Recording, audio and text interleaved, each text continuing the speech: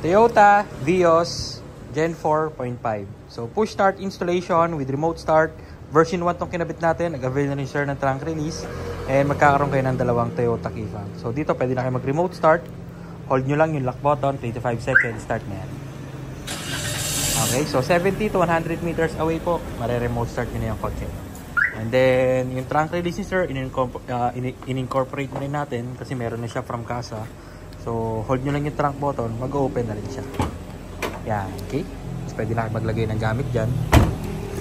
Tapos pasok tayo sa loob.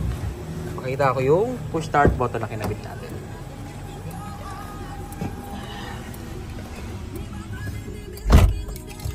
Hinaan natin yung sounds. Kasi baka tayo maka-copyright. Yan. Ito yung button na kinabit po natin. Version 1, kulay blue. Ordinary button lang. Pag aksidente na pindot, hindi po mamamatay yung kotse. Pneumatic transmission, park luggage, tsaka handbrake. Kapag naka-driver naka-reverse, hindi nyo po siya mapapa-start. Okay, tapos pag tumapak kayo ng brake, auto-lock po lahat ng doors. Yan. Then if you're naka-unlar, pwede ka mag-unlock. Pwede ka mag-lock sa key fob. Okay?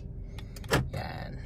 So for example, may bibiling ka lang sa mga 7-Eleven, may kakausapin ka lang saglit sa labas, iwan mo na naka-under yung kotse mo, i-lock mo. Kasi sa stock system, hindi mo pwedeng gawin yan.